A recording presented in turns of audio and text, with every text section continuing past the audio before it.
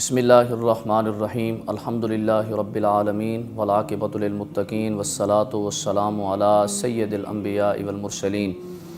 وعلی آلہ واصحابہ اجمعین اما بعد فاعوذ باللہ من الشیطان الرجیم بسم اللہ الرحمن الرحیم۔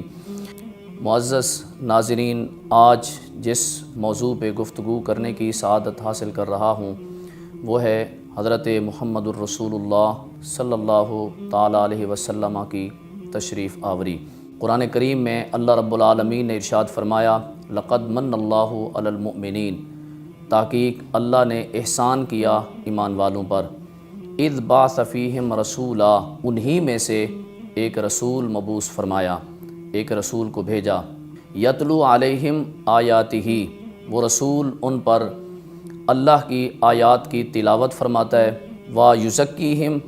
اور انہیں پاک کرتا ہے، وَيُعَلِّمُهُمُ الْكِتَابَ وَالْحِكْمَةَ، اور وہ رسول انہیں کتاب و حکمت کی تعلیم دیتا ہے، وَإِن كَانُوا مِن قَبْلُ لَفِي ضَلَالٍ مُبِينٍ، اگرچہ اس سے پہلے وہ کھلی گمراہی میں تھے۔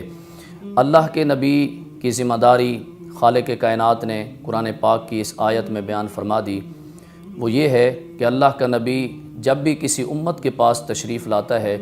تو وہ اللہ کے احکام کو اور کتاب کو اور اللہ کی آیات کو ان ایمان والوں کے سامنے پیش فرماتا ہے۔ نبی کریم علیہ السلام کی تشریف آوری کے حوالے سے خالق کائنات نے قرآن کریم کی دوسری آیہ مقدسہ میں ارشاد فرمایا، ربنا وبعث فیہم رسولا منہم یتلو علیہم آیاتک وَيُعَلِّمُهُمُ الْكِتَابَ وَالْحِكْمَةَ وَيُزَكِّيهِمْ إِنَّكَ أَنْتَ الْعَزِيزُ الْحَكِيمُ۔ حضرت ابراہیم علیہ السلام اور حضرت اسماعیل علیہ السلام دونوں نے جب بیت اللہ شریف کو تعمیر فرما دیا تو رب کی بارگاہ میں یوں دعا مانگی، ربنا وبعث فیہم رسولا منہم یتلو علیہم آیاتک، اے ہمارے پروردگار، ہم نے بیت اللہ تعمیر کر دیا ہے، اب اس کو بسانے والا محبوب بھی بھیج دے جو تیری آیات ان کے سامنے تلاوت کرے اور ان کا تزکیہ فرمائے اور انہیں کتاب و حکمت کی تعلیم دے، بے شک تو غالب حکمت والا ہے۔ اسی وجہ سے ہمارے پیارے آقا حضرت محمد الرسول اللہ صلی اللہ تعالیٰ علیہ وسلم آپ فرمایا کرتے تھے کہ میں دعائے ابراہیم ہوں، حضرت ابراہیم علیہ السلام کی دعا ہوں، اور میں بشارت عیسیٰ ہوں، حضرت عیسیٰ علیہ السلام کی بشارت ہوں کہ انہوں نے میرے بارے میں بشارت دی تھی۔ معزز ناظرین، حضرت عیسیٰ علیہ السلام آپ نے نبی کریم علیہ السلام کی تشریف آوری کی خبر ارشاد فرمائی۔ قرآن کریم میں اللہ رب العالمین نے اس واقعہ کو اس طرح بیان فرمایا، وَمُبَشِّرًا بِرَسُولٍ يَأْتِي مِن بَعْدِ اسْمُهُ احمد،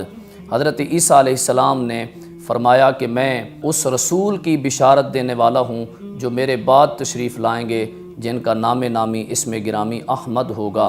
نبی کریم علیہ السلام کی بشارت، آپ کی تشریف آوری کی خوشخبری حضرت عیسیٰ علیہ السلام نے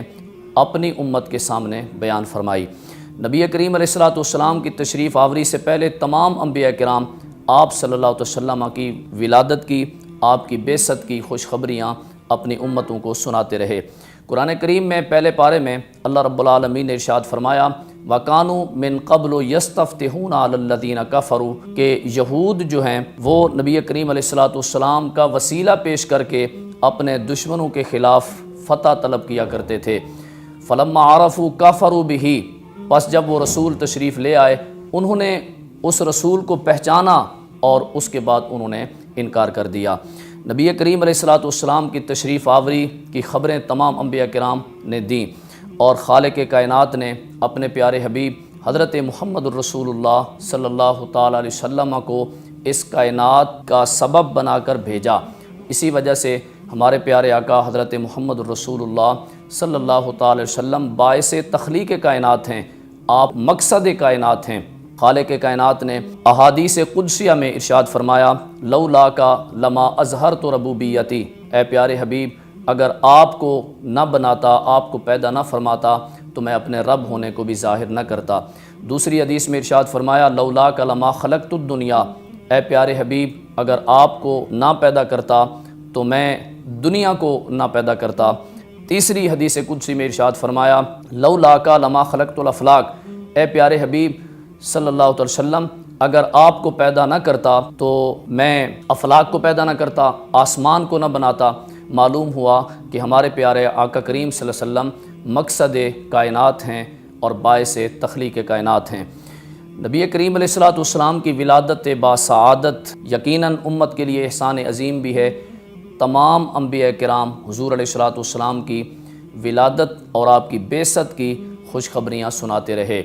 اللہ تعالی ہم سب کو نبی کریم علیہ الصلوۃ والسلام کی تشریف آوری